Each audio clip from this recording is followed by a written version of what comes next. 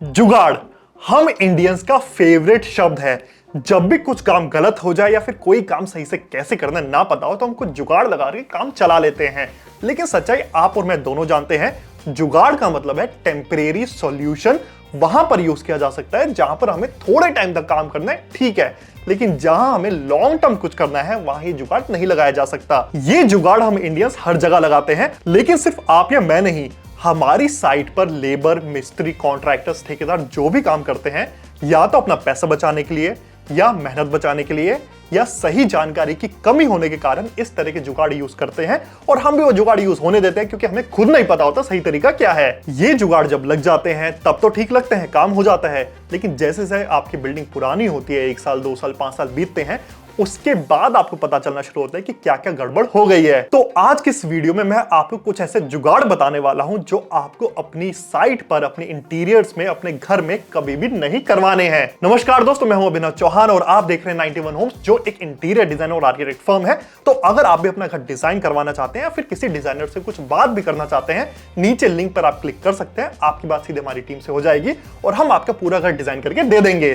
तो इस वीडियो में मैं आपको 11 यानी 11 ऐसे जुगाड़ बताने वाला हूं जो आपकी साइट पर होते हैं लेकिन आपको पता नहीं चलता है, जो आपको कभी भी नहीं होने देने हैं। तो चलिए सबसे पहले से शुरू करते हैं। सबसे पहला जुगाड़ वो इंसान करता है जो आपके वहां इलेक्ट्रिसिटी का काम कर रहा है। हम इलेक्ट्रिकल कॉन्ट्रैक्टर को बुलाते हैं और उसको विद मटेरियल सारा प्राइस दे देते हैं, यानी लेबर भी उसकी और मटेरियल भी उसका।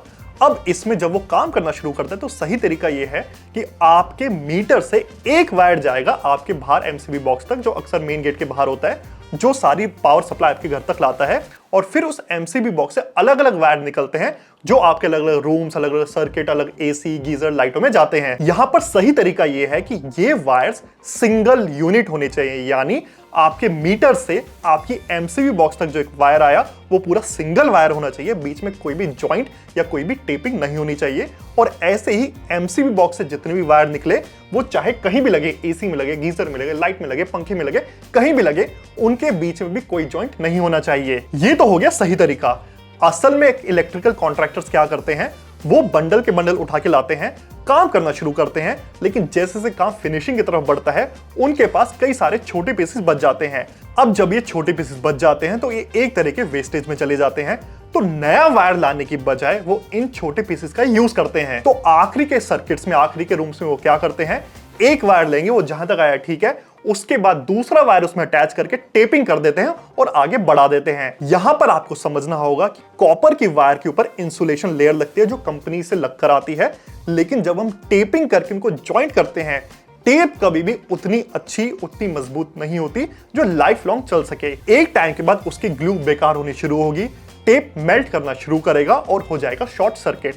तो आपको यह ध्यान रखना है कि आपका इलेक्ट्रिकल कॉन्ट्रैक्टर कभी भी वायर्स में जॉइंट ना बनाए। सिंगल वायर मीटर से एमसीबी बॉक्स तक और एमसीबी बॉक्स से हर एक सर्किट तक, चाहे वो किसी भी रूम में हो, कोई भी एसी, गीजर, पंखा कुछ भी हो, हमेशा सिंगल वायर ही उसमें आना चाहिए। नेक्स्ट जुगाड़ करते हैं हमारे वो कॉन्ट्रैक्टर जिनको हमने सारा पीओपी यानी प्लास्टर ऑफ पेरिस का काम दिया हुआ है। ये जुगाड़ अक्सर उन घरों में होता है जो पहले से बने हुए हैं और उनके अंदर रेनोवेशन करने वाले हैं। नए घरों में वाली दिक्कत नहीं आती। अगर कोई भी पुराना घर है तो उसकी दीवारों पर पीओपी पनिंग नहीं होगी, उसके ऊपर सिंपल पुट्टी और पेंट हो रखा होगा। लेकिन जब हम रेनोवेशन करवाते हैं तो हम चाहते हैं हमारी दीवार बिल्कुल स्मूथ आए, तो हम डिसाइड करते हैं कि वॉल्स के ऊपर पीओपी पनिंग करी जाएगी बढ़िया सी और फिर पेंट किया जाएगा ताकि फिनिशिंग अच्छी हो। इसके लिए हम पीओपी कॉन्ट्रैक्टर को बुलाकर एक रेट डिसाइड कर लेते हैं। प्रॉब्लम इसके बाद शुरू होती है। वो क्या करते हैं, पूरी वॉल पर टकाई करते हैं, इंग्लिश में कहे तो हैचिंग वर्क करते हैं, जैसा आप स्क्रीन पर देख पा रहे हैं। इस हैचिंग का यूज ये होता है कि जब वो नई लेयर पीओपी पनिंग की इसके ऊपर लगाएं तो दीवार के साथ ग्रिप बन सके। लेकिन ये प्रोसेस सिर्फ आधा ही है। असल में हैचिंग करने के बाद पूरी वॉल पर बॉन्डिंग एजेंट्स की एक लेयर लगाई जाती है और ये लगभग हर एक कंपनी में आता है। डॉक्टर फिक्सिट ले लो, एशियन ले लो, नैरोलैक ले लो, ये सब बॉन्डिंग एजेंट बनाकर भेजते हैं। इस बॉन्डिंग एजेंट को एक पेंट ब्रश के माध्यम से आपको अपनी पूरी दीवार पर लगाना होता है। उसके बाद जाकर आप नई पीओपी पनिंग की लेयर कर सकते हैं। जैसा आप इमेजेस में देख पा रहे हो, ये थोड़ा सा ब्लूइश ग्रीनिश कलर का होता है, यानी पहले टकाई होगी, उसके बाद ये बॉन्डिंग एजेंट लगाया जाएगा, उसके बाद ही पीओपी पनिंग की जा सकती है। अगर बॉन्डिंग एजेंट को छोड़ दिया जाता है तो कभी 2, 3, 5 साल बाद कहीं कहीं से आपको दिखेगा कि आपके पीओपी पनिंग में पपड़ी बनने लग गई है या फिर क्रैक आने लग गया है। लेकिन अपनी मेहनत और पैसा बचाने के लिए जो हमारे पीओपी कॉन्ट्रैक्टर होते हैं वो इस बॉन्डिंग एजेंट वाले स्टेप को मिस कर देते हैं। हैचिंग करने के बाद सीधे सीधे पीओपी पनिंग कर देते हैं, और क्योंकि आप लोगों को पता नहीं होता आप ये करने देते हैं। तो ये जुगाड़ भी आपको नहीं करना है, भले ही पर स्क्वायर फीट में 2 रुपए का प्राइस बढ़ जाए, लेकिन आपको ये पक्का करना है कि बात करते हुए आप उससे पूछ लो भाई हैचिंग के बाद बॉन्डिंग एजेंट लगाओगे या नहीं लगाओगे। अगर वो मना करे तो आप उसको कहो कि नहीं, पहले हैचिंग करो यानी टकाई करो, फिर बॉन्डिंग एजेंट, उसके बाद पीओपी पनिंग करेंगे, तभी जाके लॉन्ग टर्म तक आपकी पीओपी पनिंग, आपकी दीवारें बिल्कुल स्मूथ बनी रह पाएगी। थर्ड नंबर का जुगाड़ करते हैं हमारे घर के कारपेंटर्स। आजकल एक्रिलिक शीट लगवाने का चलन बहुत तेजी से बढ़ रहा है। जिनको नहीं पता है क्या होती है, जब भी आप किचन बनवाते हैं लकड़ी की, उसके ऊपर कुछ ना कुछ फिनिश तो आप लगवाएंगे, पेंट करेंगे, लैमिनेट लगवाएंगे या फिर एक्रिलिक शीट लगवाएंगे। जिन लोगों को इस तरह की शाइन चाहिए होती है वो एक्रिलिक शीट को लगवाते हैं। इसके लिए अपने कारपेंटर से पूछते हैं भैया एक्रिलिक शीट लगवानी है, लगा दोगे? वो कहते हैं हाँ लगा देंगे। लेकिन यहीं पर हो जाता है धोखा। असल में वो अपना बिल बढ़ाने के लिए आपको ये कहते हैं। लकड़ी की प्लाई के ऊपर लैमिनेट आपका कारपेंटर आराम से लगा देगा, क्योंकि उसमें सिर्फ ग्लू लगानी होती है। लैमिनेट शीट लगाओ, ऊपर वजन रखो और काम हो जाता है। लेकिन एक्रिलिक शीट मोटी होती है, ज्यादा हार्ड होती है।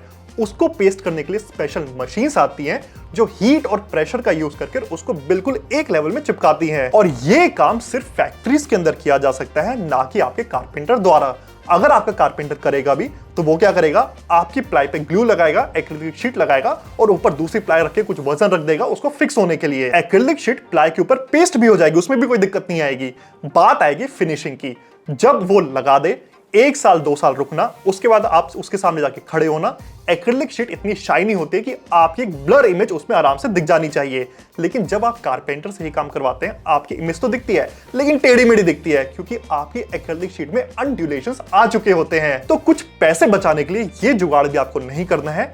एक्रिलिक शीट भले ही आपको अपने किचन में यूज करनी है या अपने वार्डरोब में यूज करनी है, ये हमेशा फैक्ट्री में फिक्स करवानी है, अपने कारपेंटर से घर में नहीं करवानी। नेक्स्ट जुगाड़ भी हमारे कारपेंटर वाले भैया ही करते हैं। जब भी आप अपने घर में वार्डरोब बनवाएं या किचन बनवाएं, आप 2 तरह की चीजें लाएंगे, प्लाई लाएंगे और ब्लॉक बोर्ड लाएंगे। जिनको नहीं पता ये दोनों क्या होते हैं, वो कुछ ऐसे दिखती हैं। प्लाई साइड से ऐसी दिखती है और ब्लॉक बोर्ड कुछ ऐसा दिखता है। जो भी हिस्सा मूव करता है, जैसे आपके शटर्स हो गए, वहां हमेशा ब्लॉक बोर्ड लगता है, और जो हिस्सा मूव नहीं करता, जैसे पीछे का जो बचा हुआ कारकस है, वहां हमेशा प्लाई का यूज होता है। लेकिन वार्डरोब में इन दोनों के अलावा एक और चीज होती है, वो होती है आपकी शेल्फिंग। अंदर जब शेल्फ बनाने की बारी आती है, हम उस पर ज्यादा ध्यान देते नहीं है, और हमारे कारपेंटर वाले भैया अंदर की शेल्फिंग बनाने के लिए भी ब्लॉक बोर्ड का यूज कर लेते हैं।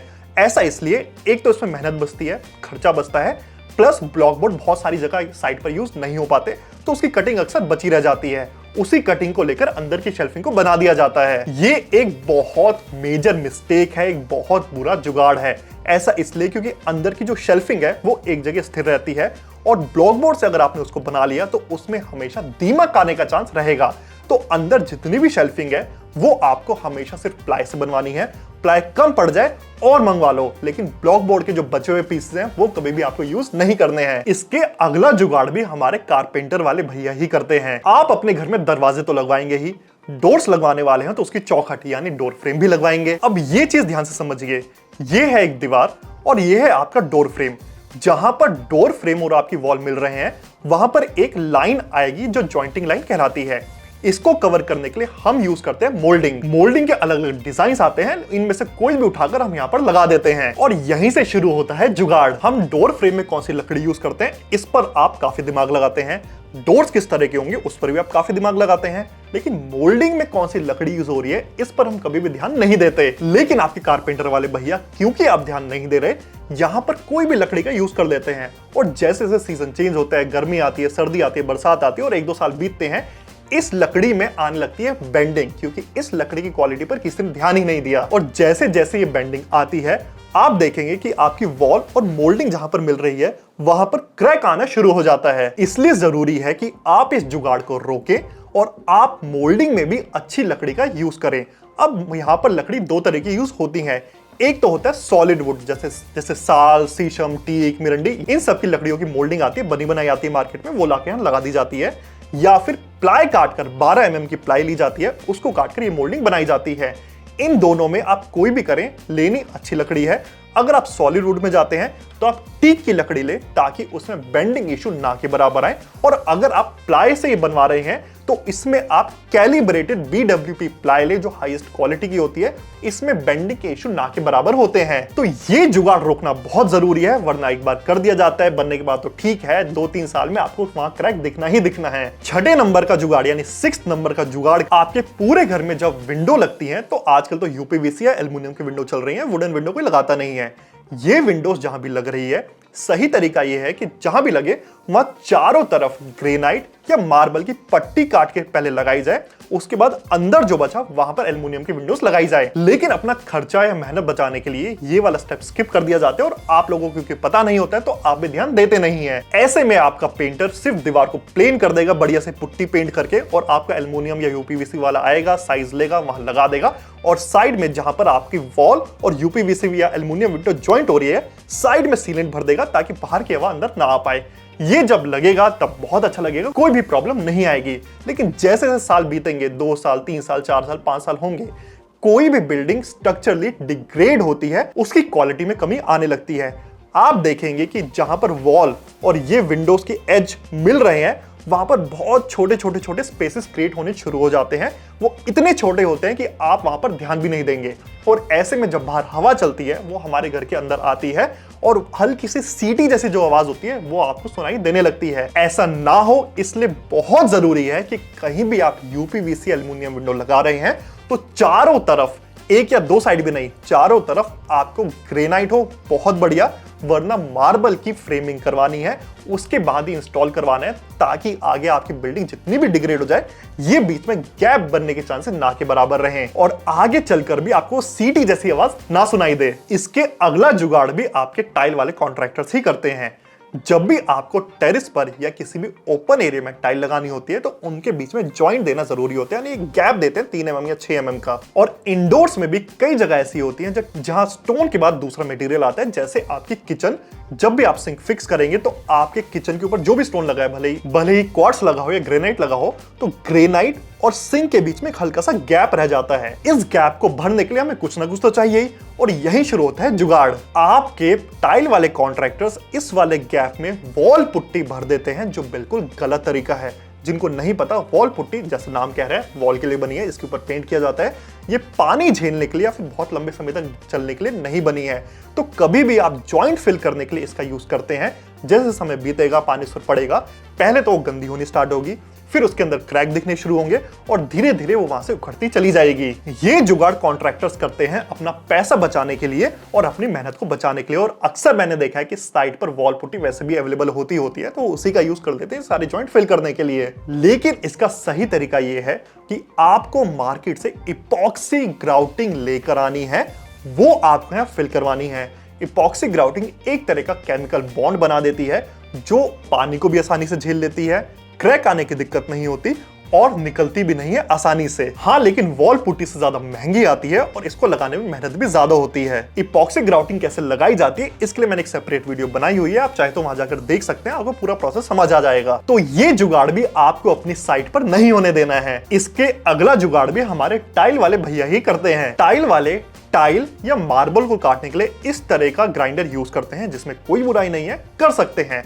वो पूरे घर की फ्लोरिंग इसका यूज करके लगा सकते हैं। प्रॉब्लम आती है जब वो बाथरूम की वॉल पर भी टाइल लगाते हैं, और यहां से शुरू करते हैं जुगाड़। आपकी बाथरूम की वॉल्स पर एक बार टाइल लग गई तो कई जगह ऐसी होती है जहां पर हमें स्पेस बनाना होता है, जहां से पाइप बाहर आए। फॉर एग्जाम्पल, शावर का पाइप जहां से बाहर आएगा वहां स्पेस बनाना होगा। शावर के नीचे जो स्पाउट रहता है यानी टूटी रहती है, उसके लिए भी एक स्पेस बनाना होगा। ये छोटा सा कट आउट करने के लिए वो इस तरह का ग्राइंडर ही यूज कर लेते हैं, क्योंकि एक्स्ट्रा पैसा कौन लगाए। प्रॉब्लम यहां आती है कि ये ग्राइंडर का ब्लेड इतना बड़ा होता है कि जितना स्पेस हमें चाहिए उससे कहीं ज्यादा कट जाता है, और जो कटिंग आती है वो भी बिल्कुल स्मूथ नहीं आती है, क्योंकि हमें चाहिए गोल कटिंग। पाइप गोल होता है, लेकिन ग्राइंडर क्योंकि फ्लैट है तो एक स्क्वायर सी शेप बना देते हैं, और वो भी बड़े अनटाइडी तरीके से। उनसे अगर पूछो भाई पाइप तो इतना बड़ा नहीं है, आपने इतना बड़ा छेद क्यों कर दिया, तो उनका आंसर होता है कि जब आप शावर लगाएंगे, स्पाउट लगाएंगे, तो उसके पीछे एक प्लेट आती है, वो जैसे यहां लगेगा एक पूरा जो छेद किया गया है छुप जाएगा आसानी से। लेकिन इसमें 2 समस्याएं हैं। अक्सर जब टाइलिंग का काम बाथरूम में हो रहा होता है, तब तक आपने फाइनल नहीं किया होता है कि आप कौन सा शॉवर लेने वाले हैं, तो उसकी जो कैप है वो कितनी बड़ी या कितनी छोटी आएगी उस वक्त आपको पता नहीं होता। तो अगर छेद बड़ा हो गया और आपकी शॉवर जो आपको पसंद आया उसके साथ जो कैप आई वो छोटी आई, तो ये होल बाहर की तरफ दिखता रहेगा। और कई बार ये भी होता है कि कैप चलो सही साइज की आ भी गई, ये पूरा छेद छुप भी गया, आने वाले समय में वो कैप कई बार वहां से ढीली हो जाती है और निकल जाती है और पीछे की तरफ ये पूरा छेद जो बड़ा अनटाइडी सा स्क्वायर शेप में कटा है वो दिखने लगता है। तो ये करने का सही तरीका होता है इस तरह के राउंड बिट्स का यूज करना। Amazon पर आपको 500-600 में आराम से मिल जाएगा, लेकिन ये पैसा बचाने के लिए आपके टाइल वाले भैया अपना नॉर्मल फ्लैट ग्राइंडर ही यूज कर लेते हैं। लेकिन अगर आप इन बिट्स का यूज करेंगे तो ये एग्जैक्टली उसी साइज का होल क्रिएट करेगा जितने में आपका पाइप आसानी से निकल जाए। उसके बाद आप शावर कोई सा भी लें, उसके पीछे की प्लेट छोटी आए बड़ी आए कोई फर्क नहीं पड़ता, कोई भी प्लेट आराम से इसको छुपा देगी। और कल को प्लेट ढीली भी हो गई उसके बाद भी ये जो राउंड शेप में कट हुआ है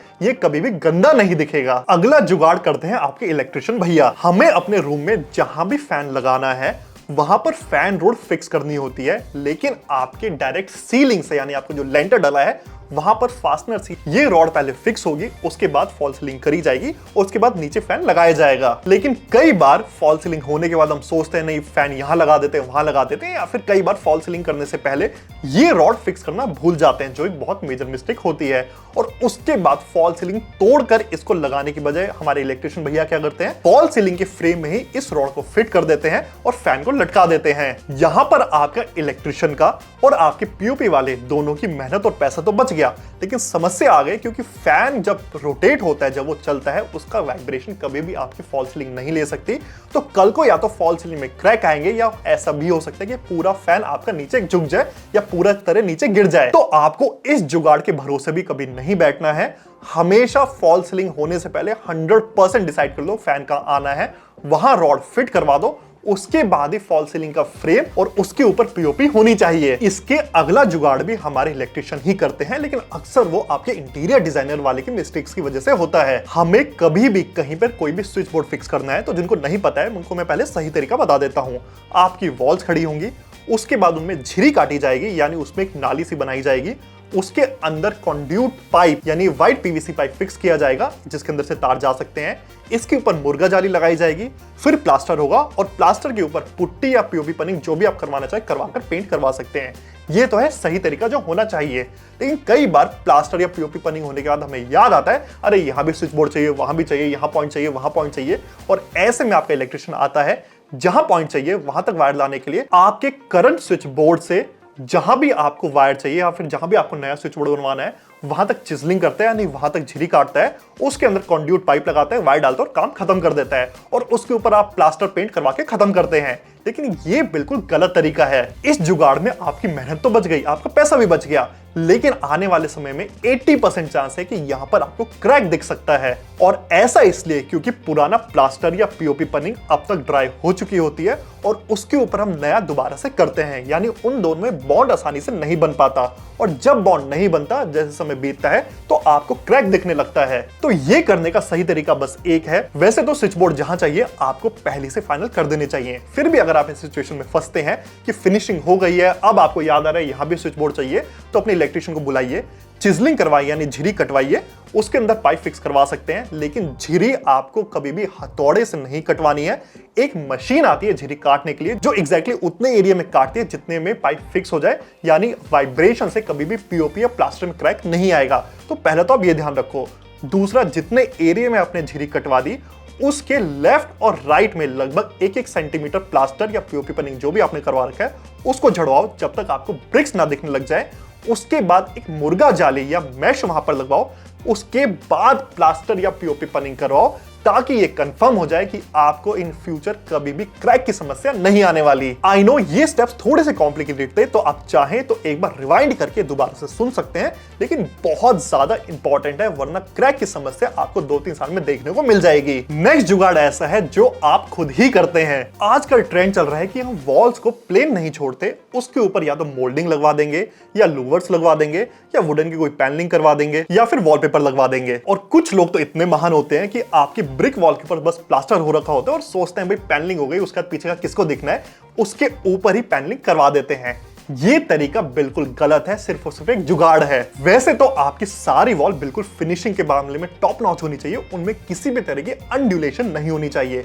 लेकिन स्पेशली वो वॉल्स जिनके ऊपर आप पैनलिंग करवाने वाले हैं, उनको बिल्कुल प्लेन होना जरूरी है। अनड्यूलेशन आई तो पैनलिंग में आगे दिक्कत आएगी। मान लीजिए ये आपकी वॉल है जो आपको अभी लग रहा है कि प्लेन है, आपने ज्यादा चेक नहीं किया है। इसके ऊपर आप किसी भी तरह की पैनलिंग लगवा देते हैं, चाहे वो मोल्डिंग हो, लूवर्स हो, वॉलपेपर हो या लकड़ी की कोई पैनलिंग हो। जब आप लगवाते हैं तब तो बिल्कुल फ्रेश है, अच्छा लगता है देखने में।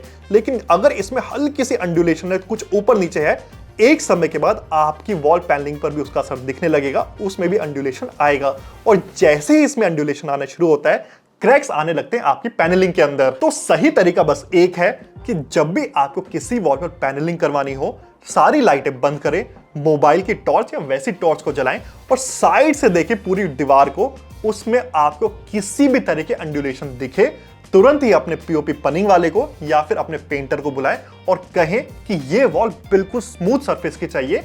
उसी के बाद उसके ऊपर किसी भी तरह की पैनलिंग करवाएं। याद रखिए, अगर वॉल में अनड्यूलेशन है वो एक बार को फिर भी कम दिखेगी, लेकिन पैनलिंग उसके बाद लगा दी और उसमें अनड्यूलेशन आ गई, पैनलिंग के ऊपर अनड्यूलेशन बहुत ज्यादा दिखती है। तो ये जुगाड़ भी आपको कभी नहीं लगाना है। इसी के साथ हमारी जुगाड़ों की लिस्ट खत्म होती है। ये वो जुगाड़ हैं जो आपकी साइट पर होते हैं लेकिन आपको होने नहीं देना है। मुझे उम्मीद है कि आज की वीडियो आपको पसंद आई होगी, प्लस अच्छी भी लगी होगी। फिर भी आपके मन में कोई भी डाउट है, आप नीचे कमेंट में अपना क्वेश्चन पूछ सकते हैं और हमारी टीम 30 to 40 मिनट्स में वहां उसका रिप्लाई करेगी। और अगर आप चाहते हैं अपने घर का डिजाइन करवाना या किसी डिजाइनर से बात करना, तो आपको पता है ना क्या करना है, नीचे लिंक पे क्लिक करना है, आपकी बात सीधे हमारी टीम से हो जाएगी।